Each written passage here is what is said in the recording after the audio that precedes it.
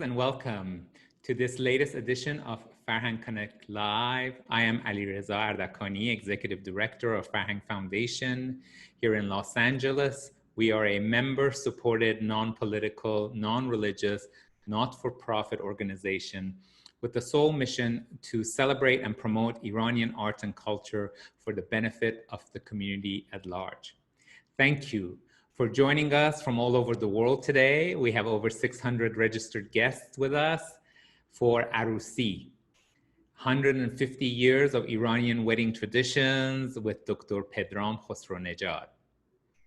Aroosi is a project that was first developed by Farhang Foundation and the University of Southern California's libraries back in 2019, starting with a crowdsourced campaign, which reached out to the worldwide community and asked them to share their wedding photos, memorabilia, and other documents they may have in order to start the development of a digital archive, as well as an exhibition.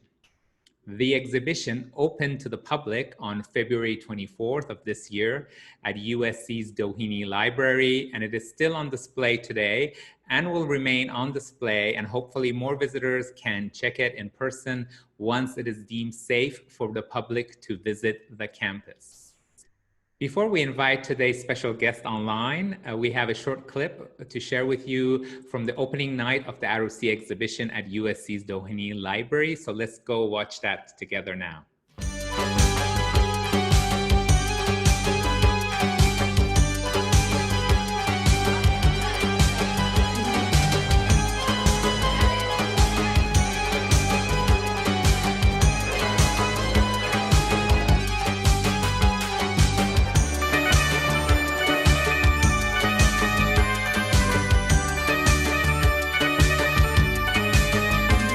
The Aroosi exhibition is actually the outcome of a series of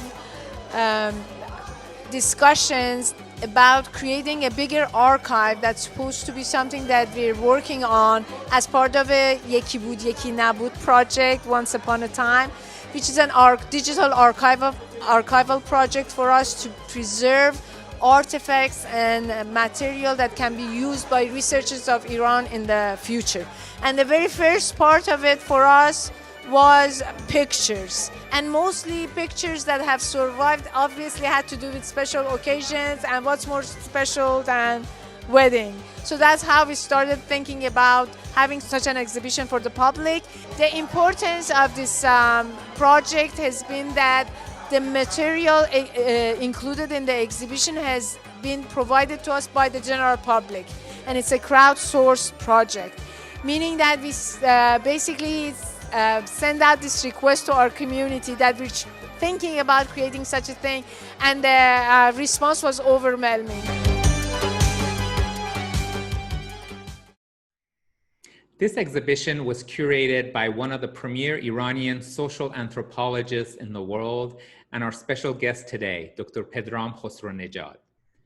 Professor Khosronejad obtained his PhD at l'École des Hautes Études en Sciences Sociales in Paris and is currently the Adjunct Professor of Religion and Society Research Cluster at the Western Sydney University, a fellow at the Department of Anthropology at Harvard University, and curator of Persian art and material culture at the Powerhouse Museum of Sydney.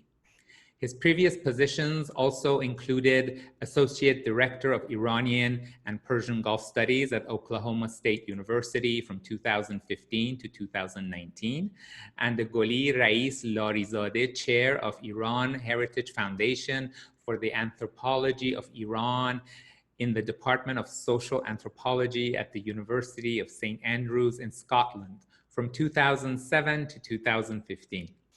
His research interests include cultural and social anthropology, visual anthropology, and ethnographic film, covering topics such as visual piety, devotional artifacts, and religious material culture, with a particular interest in Iran, Persianite societies, and Islamic world.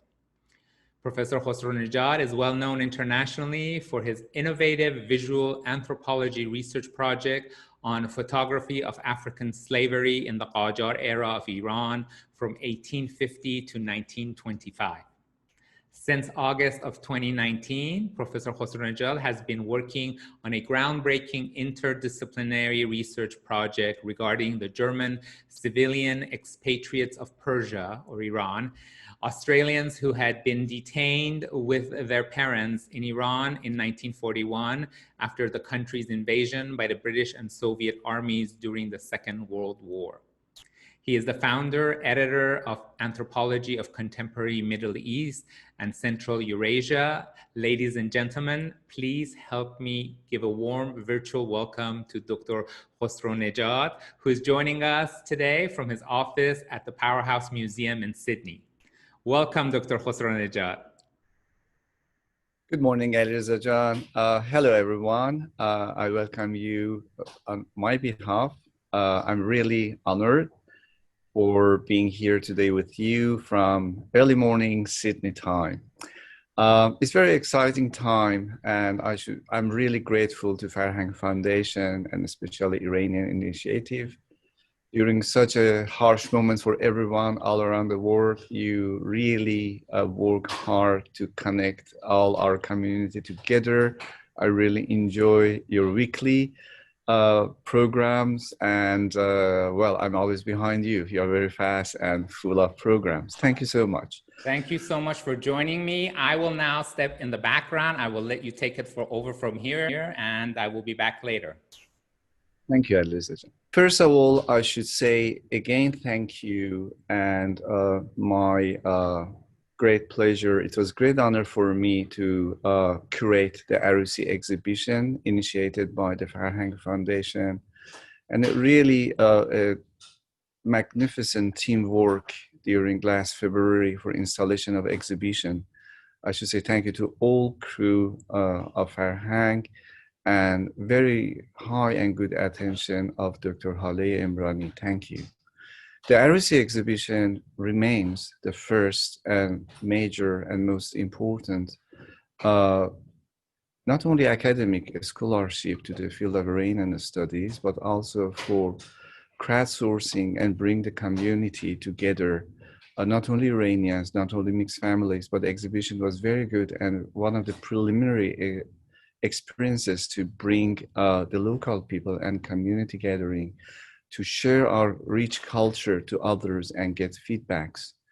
And the idea of this exhibition was, I think we talked in 2018 for the first time, but the topic in general, not exhibition, Aroosi, was on my agenda of work since 2008, when for the first time in University of St. Andrews, with the very close collaboration of my good colleague, Professor Dowry Qajar, we tried to organize the first conference of Qajar photography and cinema, and came to our attention that among many other topics of Qajar era Iran, Aroosi also is missing. So it was the beginning of collecting information, archival research, working on family collections.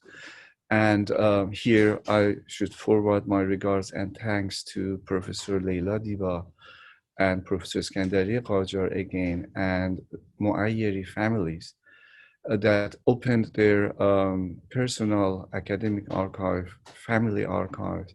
And also I should say thank you to Farhad Diba, a great friend and philanthrope that invited me to his house in Spain and opened his magnificent photo archive and albums and materials.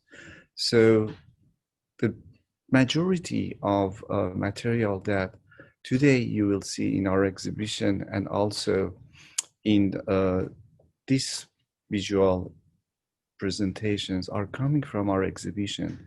And I'm really deeply grateful for all who contributed, especially the members of the Farhang Foundation who borrowed us their material. So my presentation today for you, therefore, will be a very short cultural history of Aroosi, and also based on a curatorial experiences of our actual exhibition. So for Iranians, Zawaj or marriage is an event which must be celebrated not quietly, but with great glory, distinction, and honor. It is the most conspicuous of all the occasions and is celebrated in the presence of a fairly large assembly. In the past, the parents and older members of the family arranged almost all marriages in urban, rural, or nomadic societies all around Iran. But among traditional Iranian families today, still, izdivaj or marriage remains in the hand of the elders, grandparents, uncles of family to arrange it by respect. However, modern couples choose their own soulmate, but their parents' consent is still very important and is considered by both sides. Even with modern Iranians, after the couple have decided themselves, it is normally the groom's parents or other relatives who take the initiative and formally ask for the bride and her family's consent. But generally speaking, doesn't matter if we are in urban or rural or nomadic area of Persia, when a son became eligible for marriage, his family would take him to the houses of several eligible ladies. I insist here on the word eligible. In Persian tradition, families are extremely important. So eligibility is largely based on the professions, involvement in the community, religious affiliation, wealth, and cultural preference of both families.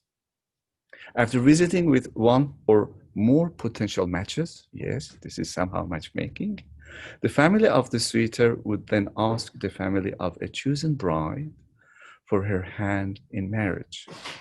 This process, which is called khasegari, we can see in our first image here, the process that families go with the elders and talk to each other to see if all families are happy with the part of details and where they are standing during, political, cultural, religious wealth of family. That is very important. So for the khasegari ceremony that we can maybe translate it asking for a woman's hand in marriage or courtship, one or more representatives of the man's family, آقای داماد, Mr. Damad, would visit the woman's family. The first visit could be for the parties to become acquainted. At each visit, the man's family would present, some type of sweets, today time, flowers, and the woman and good house would provide tea, fruits, sweets. And this is perhaps traditionally the first occasion and maybe the only occasion that two bride and groom, they can see each other. And traditionally, this is Arus Khanum, the bride, who should serve with very intimate position the tea to Aghay Damad, and then they can, see face to face each other, and then they say yes or no.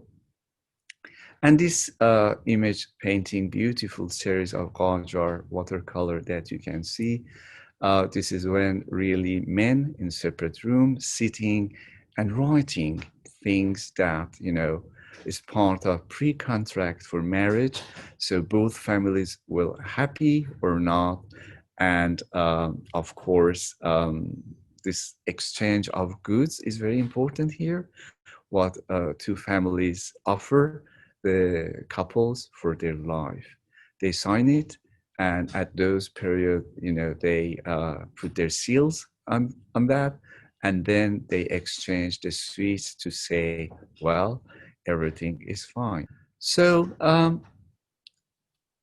in old periods and also in modern period, the next step when both families, elders, and both bride and groom, they said yes, the answer is positive. For officially announce it to the family and somehow the public, we have another ceremony, which we call it Balabolun. It's a little bit difficult to say the translation, but Bala means yes, and Burun maybe is announcing probably the positive reply. Balabolun is the ceremony which takes place shortly after the formal proposal, publicly announcing the couple's intention to form a union. At this stage, both men and women are happy with each other, and traditionally, both their families have agreed to the union and any conditions concerning the marriage. The groom's parents usually give a gift to the bride at this ceremony, which traditionally is ring. But in modern periods, normally is a very joyful ceremony with music, dance, and also they share a cake and for the exchange of the ring. These two documents are very interesting documents that shows the exchange between two elite and royal families. You can see in the left side document um, the list of material and goods which they offer to Arus Khanum. And you see the details are clear. I don't go to read that, but they're very good and rare examples of such a material. One can name many, many detailed traditions after the Balabolun based on social and cultural religious status of families. So as you know, Iran is a big country with religious plurality and cultural diversity. So each family has different, detail to add to what I'm telling you, but probably for majority of Iranians, one of the main ceremonies before what you see in this image, which is official wedding, is henna ceremony. Henna bandan or henna ceremony is another traditional, very ancient ceremony among Iranian families, which is held on the day, one day before the official wedding, and generally, not always, should be held at bride's house among women. Considerable attention is paid to charging a woman with a happy marriage and distribute the henna and apply it to the Arus Khanum's hand. The woman places the henna on one of the bride's hands, and a young girl places it on others for the guests. Begin the ceremony, and then there are dance and music, and sometimes very close friends of bride stay with her till morning. Among many other things that also families would like to discuss is bridal gifts or dowry gifts. So they need to prepare a list of materials that normally in Persian we call it jahaziye.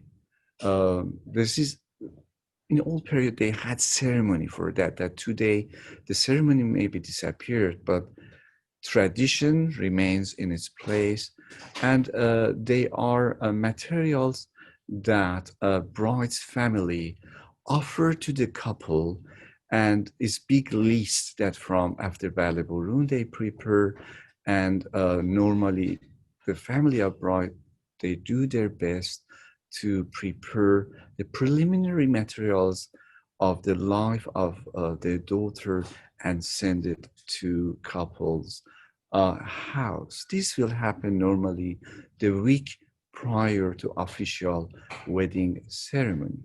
Then once it's done, with the joy and help of both families, we have the main ceremony of Aqd or wedding.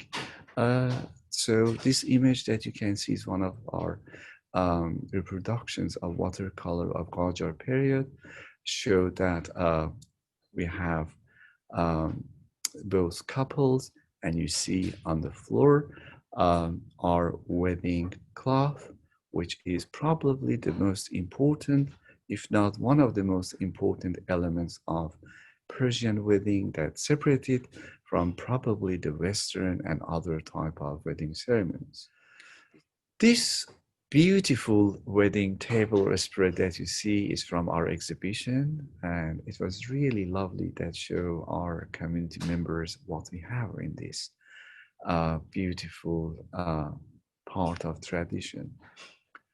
Sofre in general, which means literally tablecloth in Persian, um, probably comes this part of tradition from Zoroastrianism, and we borrowed from them, and they continue their own. And it has changed very little since many centuries. The sofra or tablecloth itself is normally made of a valuable and elaborate handmade Persian textiles, usually the bride or bride's mother and sisters and very close female friends, months before this ceremony, work for the preparation of this terme textile and also the elements of sofre in traditional families, and still this is the case in rural, but especially nomadic societies of Iran. Making and the preparation of this table takes around a year. Why? Because the bride should show that I'm ready, I'm a good artist, I'm crafting everything with my own hand, especially in nomadic area, and preparation of those beautiful textiles and material is really time consuming, and she should do it alone to show I'm ready for such a life. Still in rural and nomadic area of Iran, we marry very young age, 18, 19, 20. So it's very nice handicraft material that they prepare. So let's see here in our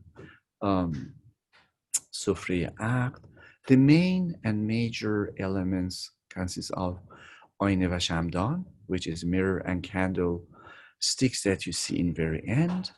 And this is an object. These are objects that families love, and after the wedding, they keep in their home as a sign of love, and probably they transfer it to next generation from mother to daughter, and is honored by daughters to use the Ayne Shamdan of mother or grandmothers in their own ceremony. As you can see in the back, one of the major elements of Sofre Aqd is a baked flat bread. We call it nana sangak, which is traditionally a flat baked bread made by hot stones in the oven. In addition to this decorative bread, there is generally a tray of bread, feta cheese, and fresh herbs the other side of the table. But this is just, we watch it, we don't touch it. Other major element of this table is decorated eggs, تخم مرغ رنگی, and nuts, as you can see. Then we have very nice crystallized sugar, شاخه نبات, gold coins, of course, basket of fruits, tray of spices, and also a swan, which maybe we can translate wairu. So the burning swan or wairu during all part of this ceremony for a way of evil eye. Normally, ladies like to do that, and it's see that in all ceremonies of wedding. But another also element which is very significant for couples are a book. Normally, for religious couples, the book is Quran, placed in front of the table, open to verses about the importance of marriage. But today, many secular Persian families mix marriage with other non-Iranians. They prefer to use other type of book poetries, especially the book of Hafiz, as you can see in our table, because the beautiful poetries of Hafiz bring more joy and love to secular families. Other families may add a cup of rose water. Definitely we have a cup of honey, as you can see in left-hand side of the table, flowers, and of course, as you did see in previous image, a canopy for the couples to sit in front of this table.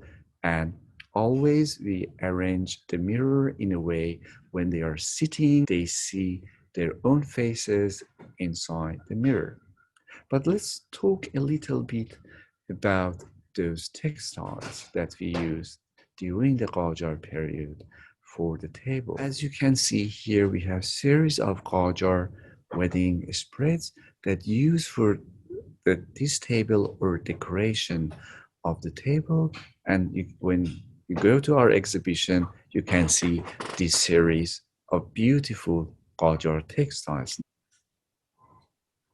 So what you have here, they are in the left-hand side, very beautiful purple velvet with silver embroideries, and the right-hand side is a silk with gold embroideries. This one especially is one of the big, largest one, definitely used for the decoration of the main tablecloth, and they add up their objects on the top of this beautiful textile.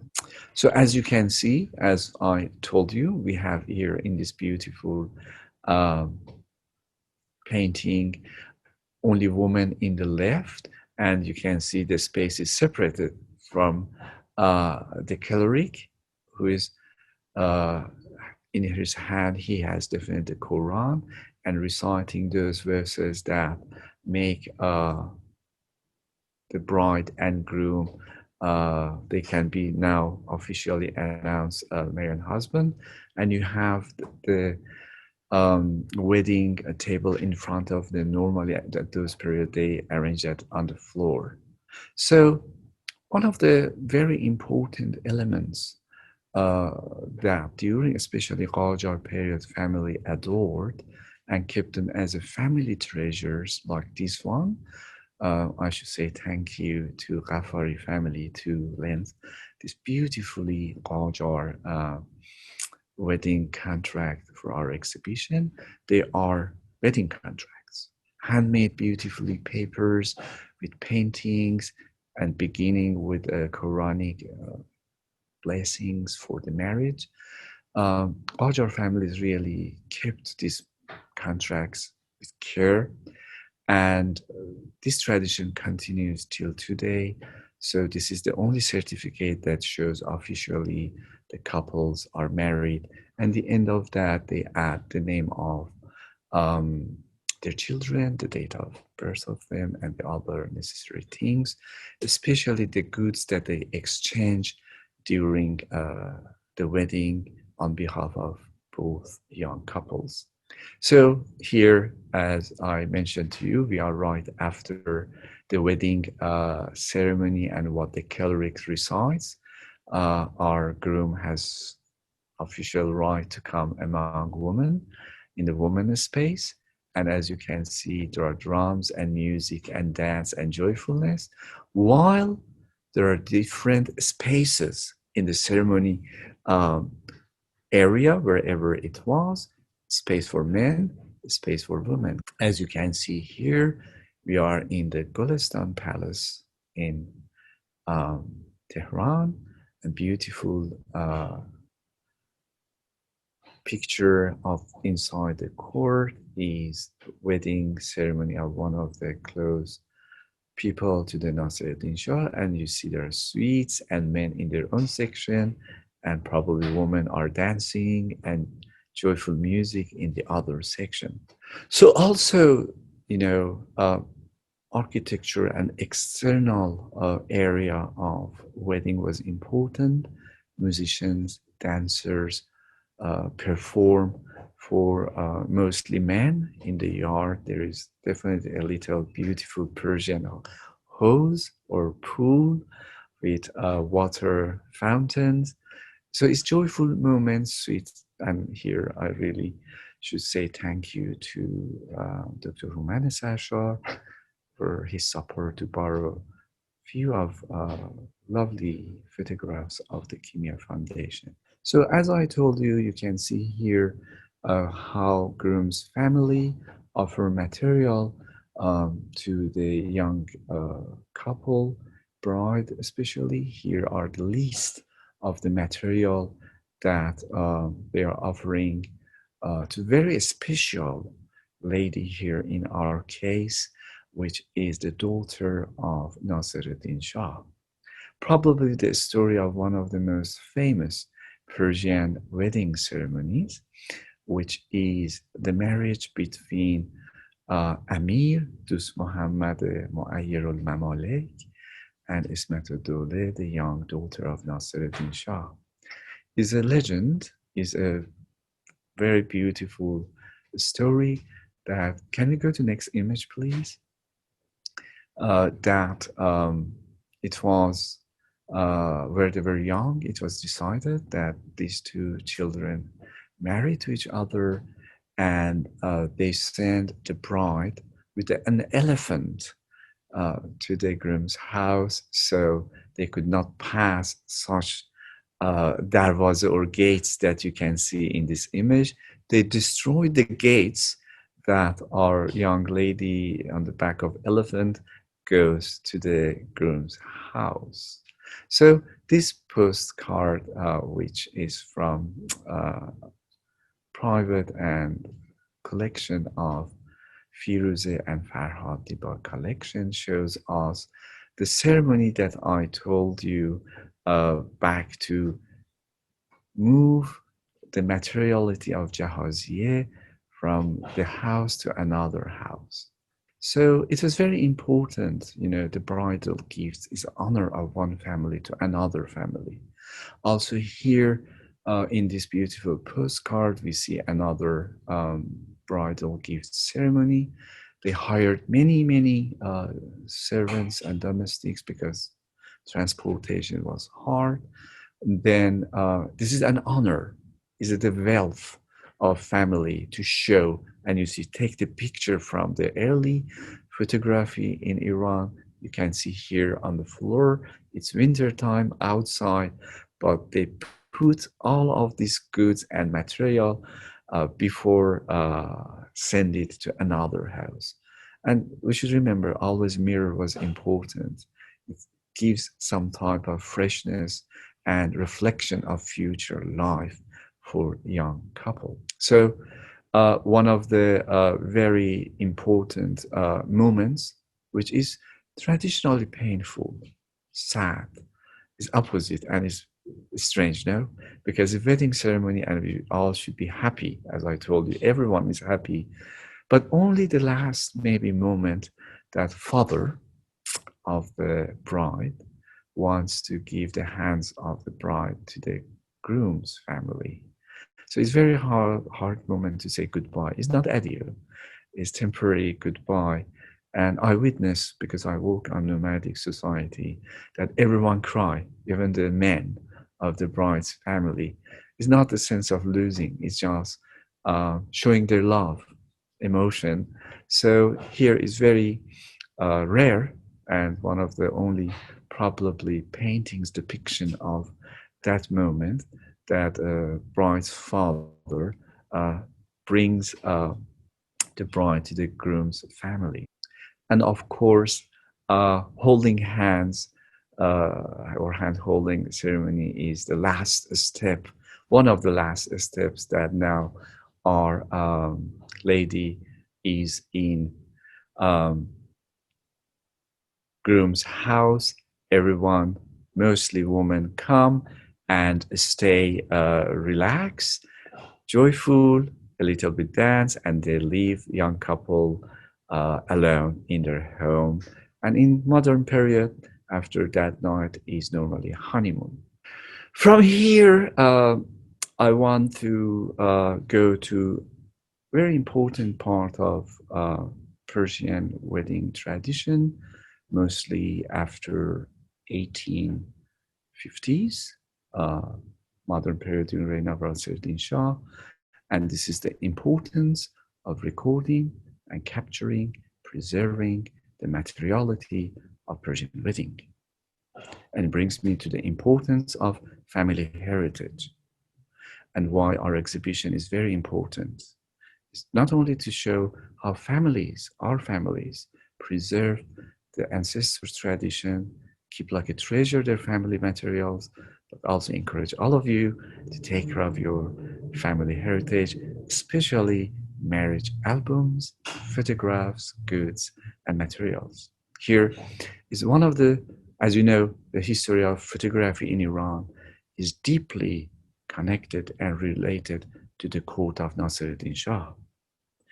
Nasruddin Shah probably is the first, is not, if not the first, one of the first photographers of Iran, and probably the first king photographer in the world. Photography began in his court when he was 13 years old. Then he became a very good and talented amateur photographer. Here what you see is Anisodoleh, one of the very important women of his harem and court, the only one that Nasruddin Shah apparently begged her to marry officially to him, and she refused. She was a feminist, and she said, no, I say, as I am, I don't marry you, but I am the first lady.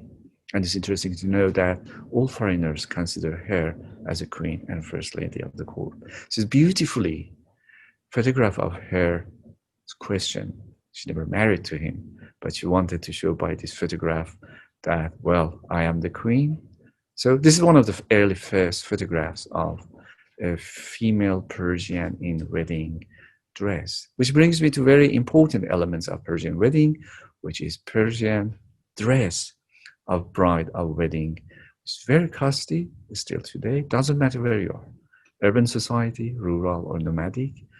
Again, it takes probably a year, 6 months to prepare it beautifully with the hand of the mother, grandmother, auntie, sister, or even the bride to prepare it.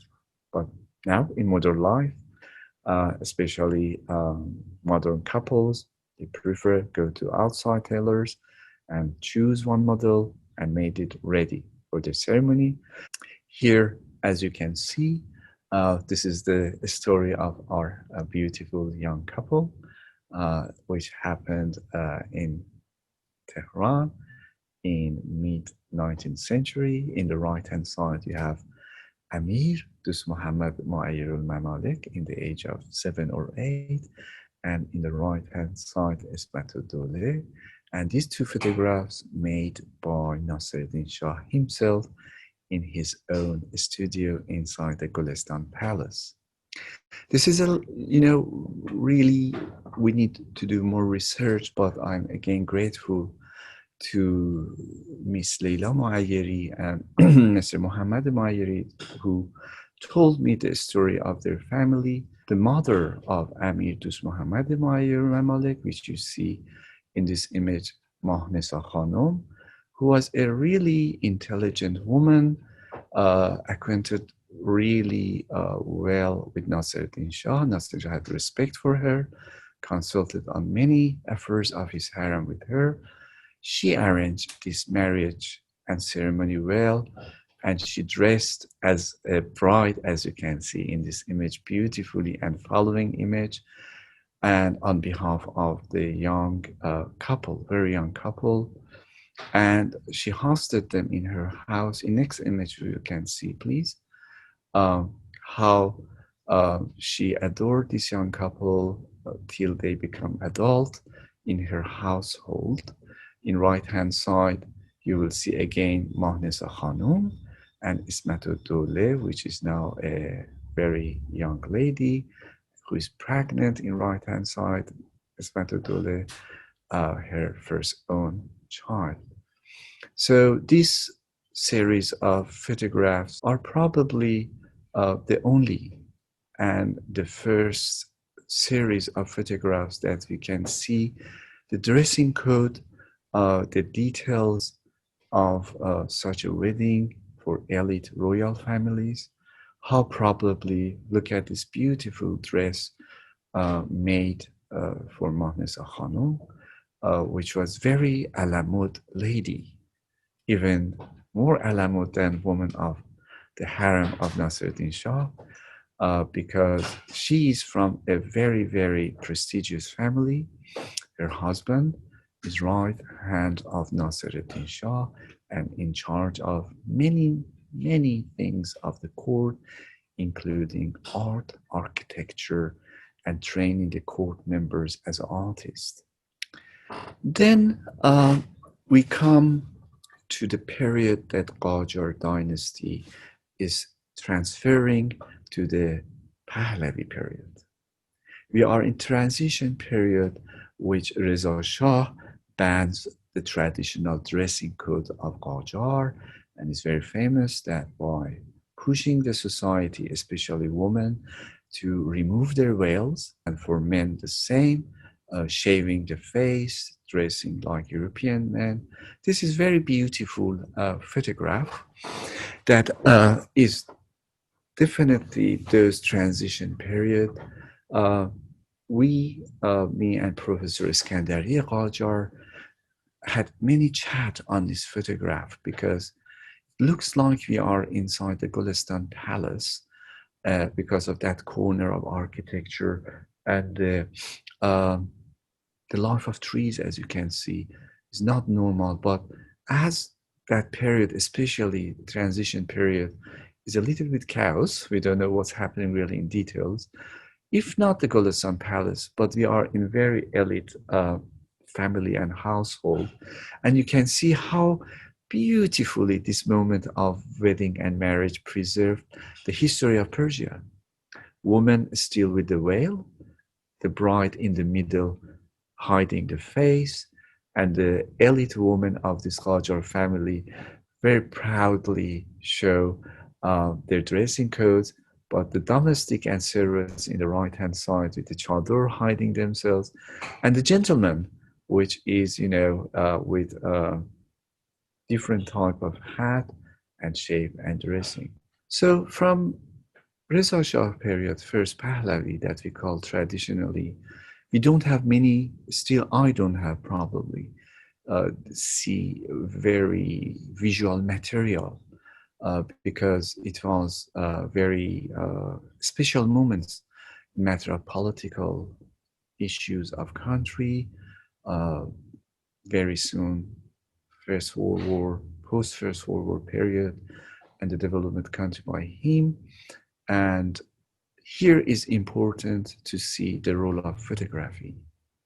When still we don't have materiality of those periods, till family provide them to us, the researchers and the scholars, creators in museum to show them. Such a lovely family that we have in front of us, show us probably now we are really in the middle or ends of Reza Shah period, that really the dressing codes is installed, is there, Europeanized, Pahlavi hat, Pahlavi mustache, glasses, and beautifully marriage in probably very elite family. We don't know more, but it's very beautiful. And it shows how Iranians would like to preserve and memorize that beautiful moment. But also it shows a little bit we are going from traditional wedding ceremonies to a little bit westernized European. Now here we have something new, which till today stay part of traditional wedding, which is wedding portraits and wedding group portraits. So definitely doesn't matter which level of society you are, you do want to get your photographs, which includes our royal family. We begin with them, and you will see how during the second Pahlavi, we also are honored to prepare royal weddings, we prepare royal invitations, we issue royal memorial invitation even out of Iran in different embassies, like in this case, which is very beautiful objects and rare objects of our exhibition, which shows the first marriage of late King of Iran, Mohammad Reza Pahlavi, with Prince Fazio. In the occasion of that royal very first and important wedding, there are many memorial objects, many different type of invitations in different languages, as you can see here in this beautiful image. Another beautiful poster of our exhibition. So it's important that a royal family, they have different type of material for different level of society. For the royals, for the court members, diplomats out of Iran, and general public in Iran, which love to celebrate their royal wedding. And this is what you see here in front of us, printed in full color and distributed among people of Iran. Again, image back to the first marriage of late king. And the second royal wedding, we know that our late king had 3 marriages. So the second one was with the Prince Soraya Bakhtiari, who was from Bakhtiari, prestigious tribe, from a mother from Germany. So this is very famous. This is beautiful to see this wedding dress. Look at it. There are many legends. Thanks to Mr. Alireza Ardakani, I learned that there is a saying that in the middle to the end of ceremony, this wedding dress was too heavy, so they cut it that the queen can walk, probably maybe dance easily. And of course, the last royal marriage, Queen Farah Diba, which was again beautifully designed dress, but this time, as you can see, and also you will see in very soon the clips, dressing of these 3 queens of Iran made by very prestigious non-Iranian maisons, mostly in France. And this is how royal family tried to memorize the wedding and share that with society. In this regard, we are going to see very brief but beautifully documented royal weddings, and I hope you join me to join these royal weddings from the past. 4 days of rejoicing celebrated the wedding of the Crown Prince of Iran and Princess Fazio of Egypt. 19-year-old Prince Shah.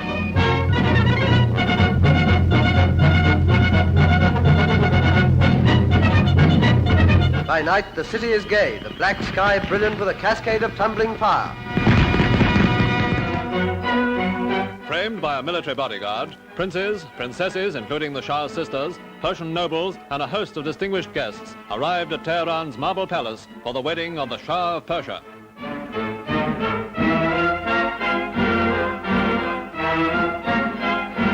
Diplomats from many countries were among the guests, including Britain's ambassador. The regal figure of the Begum accompanied the Aga Khan, bringing the blessing of his followers to the young ruler.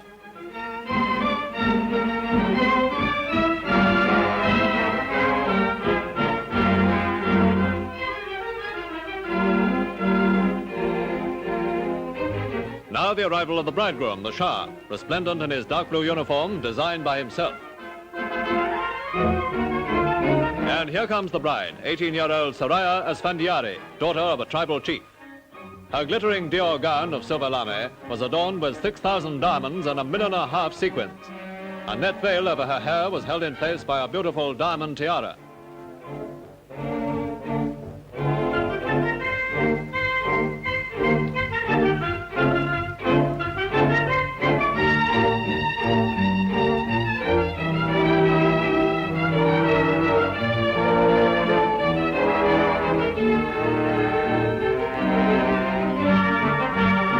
Later, the Shah and his lovely bride signed the marriage register.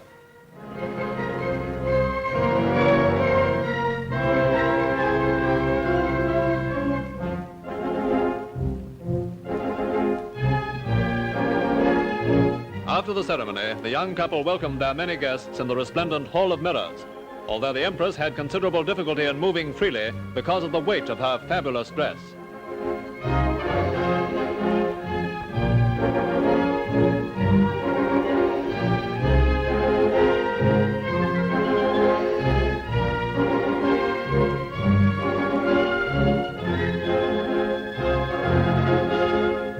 The great day ended with illuminations and fireworks in the gardens of the city, while public buildings were floodlit.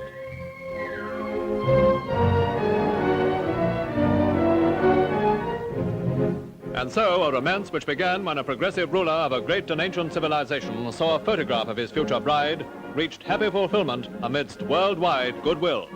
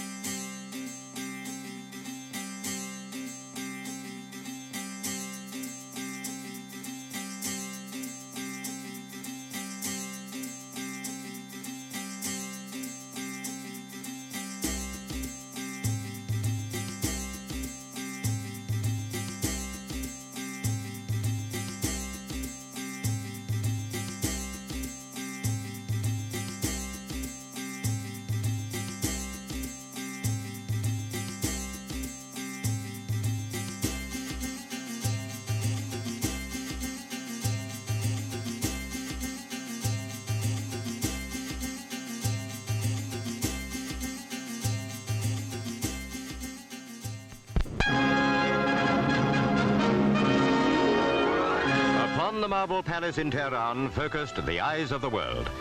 There, the Shah of Persia was married for the third time. It was a setting in the tradition of Eastern splendor. With great dignity, His Imperial Majesty ascended the stairway to the Hall of Mirrors, where the marriage ceremony took place.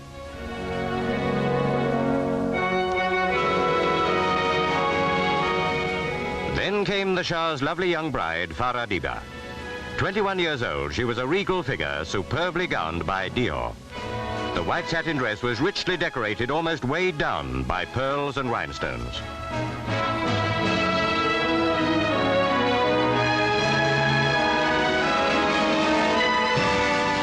Three times she was asked if she consented to be queen.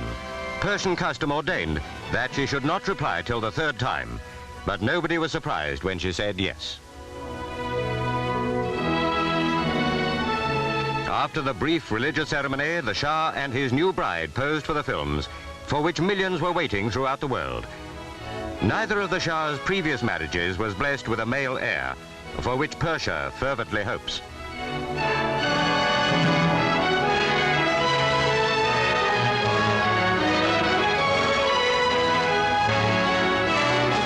Later that day, the Shah and Queen entertained 200 members of the court.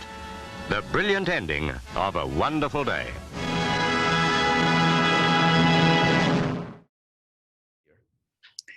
So during Second Pahlavi, we see that, as I said, wedding group portraits and wedding portraits are very important. The number and diversity of family photos and photographs can show this to us. As you can see from here, the first two photographs belong to great grandchild of the Amir Dost Mohammad Mayer Mamalik. Here you have him and his bride in Tehran. So you see how dressing code changed. The presence of outdoor photographs, group portraits are important, especially the presence of children. The system of composition of ladies in the back is very westernized, if I can say. And this is from here that I presume families who could afford to have several photos, they created wedding photo albums.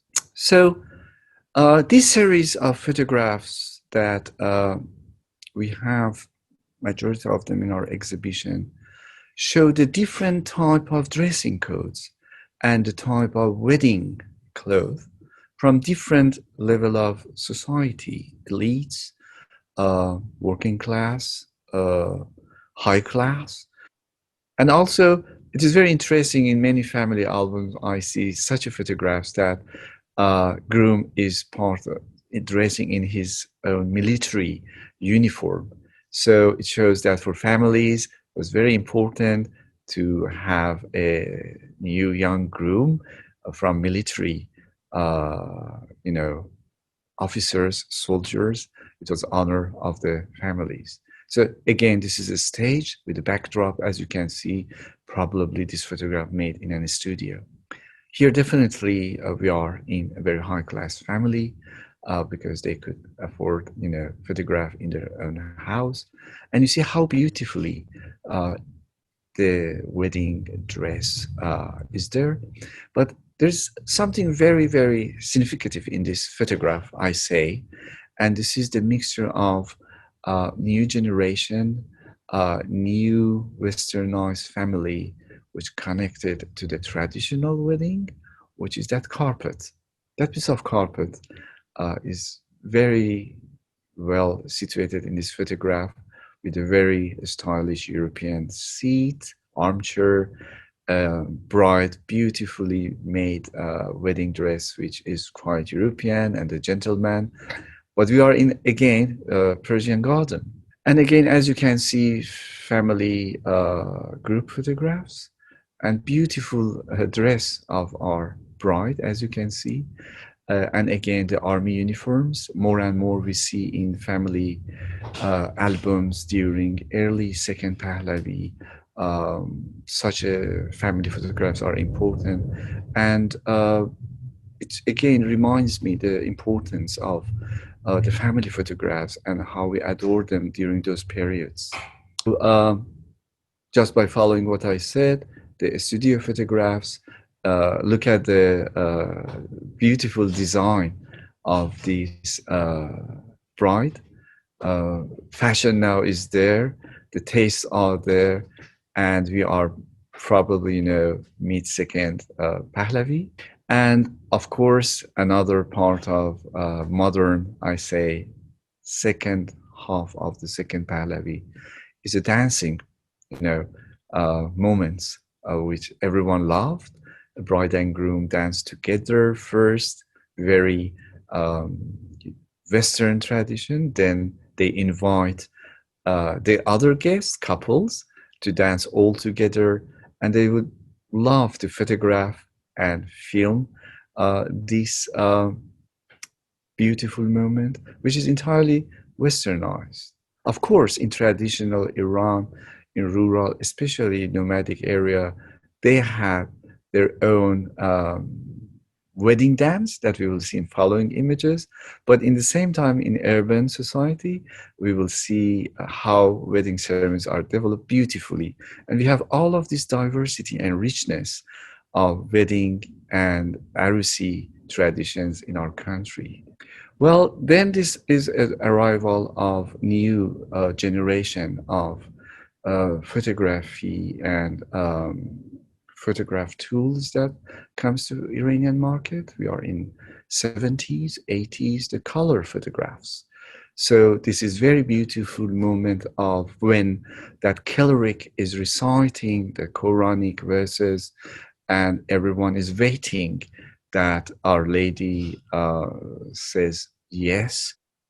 And as I told you, always we love to place that mirror on the Sofre Aqd, wedding table, in a way that bride and groom mostly is popular reading the Hafiz, book of the Hafiz or Quran together, and have such a beautiful photograph. Then as a main elements of all, as I told you, wedding ceremonies, we have the music. It's a joyful time, no? We need a gallery, we need to be happy, we need to dance, therefore we need musicians as part of our ceremony. In the 3 photographs that you will see and also images, we have that part of joyful moments that we invite musicians. We are here in one of the weddings of Iranian Armenians, in the north west of Persia, in the city of Salmas, and you see how the musicians are performing wedding ceremony music. Or here we have Alaçık. Alaçık is a Turkish name for the architecture tent that you see behind these ladies. They are Turkmens of Iran who are living in the northeast of Persia, descendants of Central Asian Persians. Look at the beautifully traditionally dress of the wedding ceremony. Iran, as I told you, has a rich diversity of ethnical minorities, and each of them, they have their own traditions for wedding ceremonies. Here we are among the Kurds of Iran, in the west of Iran. As you can see, again, is outdoor activities mostly for small scale societies of Persia, including nomads that dance and enjoy outdoor, because mostly they are living under the tent, not the Kurds, but the rest, like Turkmen or Bakhtiari. So outdoor activities of ceremony of wedding are very important. And it begins 2-3 days prior to the main day of wedding to install the tents, and musicians are there from the first day, because the rhythm of music encourages everyone to move better and work harder. And here, beautifully, arrangement for the guests outside. I presume this is where both families are preparing the sweets and meal to arrange them for the guests. And you see how musicians still in urban society also are present all the time. It's a joyful moment. Everyone should enjoy. As I told you, beautiful contemporary photographs. We have 2 of them here. We are among Qashqai tribes of southwest of Persia who are living in the province of Fars. And you see here how really beautiful tradition followed. We have young chaps dressed in very Western t-shirts, and they are in front of, because among pastoral nomads, especially Qashqai and Bakhtiari, everyone, it is tradition for urban society too, that guests bring gifts to bride and groom, but mostly in the shape of money or gold coins, which is very prestigious thing. And on the top of that, close family members of groom and bride, sisters, parents, uncles. On the top of these things, they also offer jewelries to Our Lady. And here, this is the moment that family members are counting the money, receive money in front of our young couple.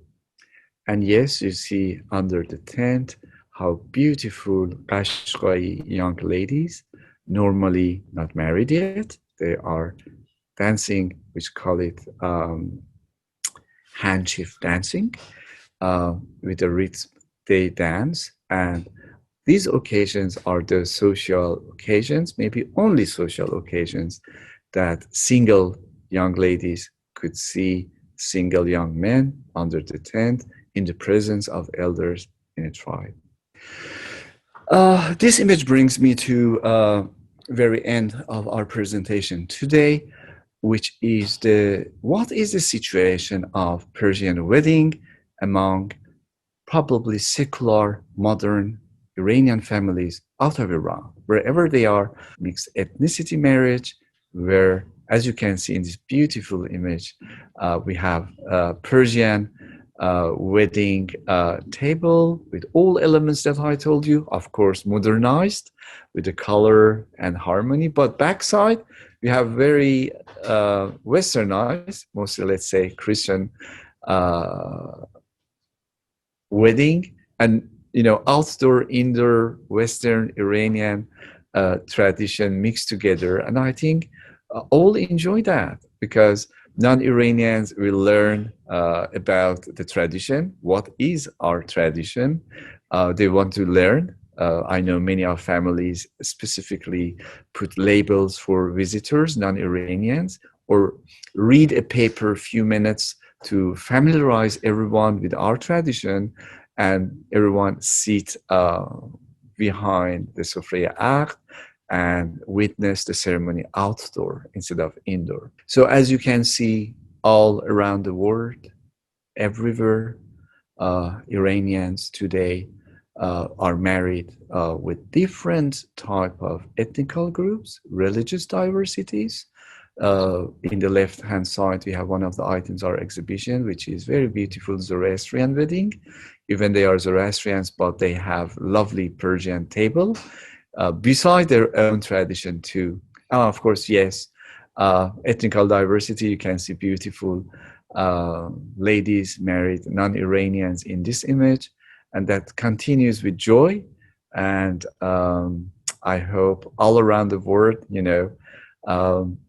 they continue this tradition, and this is the richness of Persian culture mixed with the other cultures in life, which begins with this beautiful ceremony.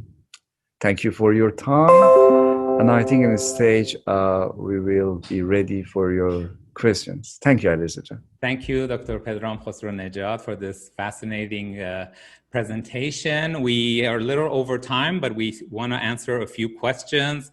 So I will get to it right away. One of the questions we got a lot was, how did Naser ad-Din Shah become a photographer, or was so interested in photography?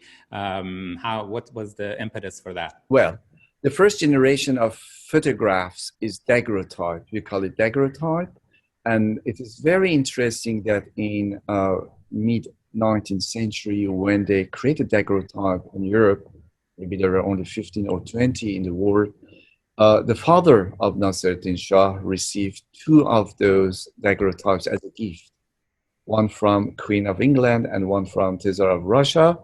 Apparently, Naser ad-Din Shah was 13 years old, said, I want to learn, and father brings someone from military unit in France who could teach him photography. And by age of young man, he was professional photographer, tried many techniques, traveled 3 times to Europe, became acquainted friend with the famous French photographer Nader, and brought many materials back to Iran, had his own studio inside his own harem, and produced thousands of photographs.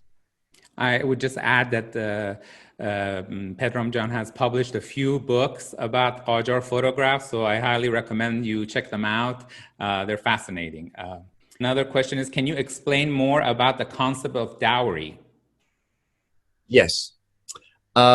If by dowry you mean jahaz and jahaziye, well, this is something, again, changed the definition in urban, rural, and nomadic Iran back to those periods. And today, I think we just keep it as a symbol, maybe not really practice it or apply it like that those periods. This is the wealth. The marriage is, if you look at it out of cultural context, go to economy of family. This is how 2 families can support the future life of bride and groom. So we share the costs together. And always, as you know, in traditional way, there were challenges.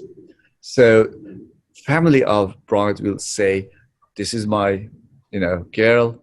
This tradition shows that how a family of bride want support as much as they can their daughter in her future life, that they are not present anymore as a parents.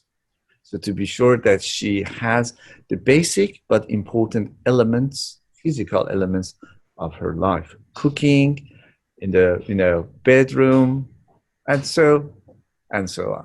Yes, exactly. And I guess last, since we don't have a lot of time, the last question is some paintings of Qajar that you displayed show the women without head covering, and their dresses were more European in the royal court. How come that was the case in the Qajar court, that some of the women were more liberated looking?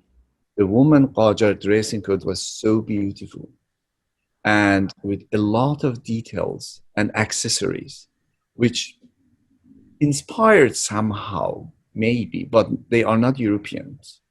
But back specifically to paintings that you did see, which is inspired by court elites life, inside the court of Nasruddin Shah, always there lived permanently foreign ladies who were tailors or decorators to help the ladies of the court and harem to be up to date.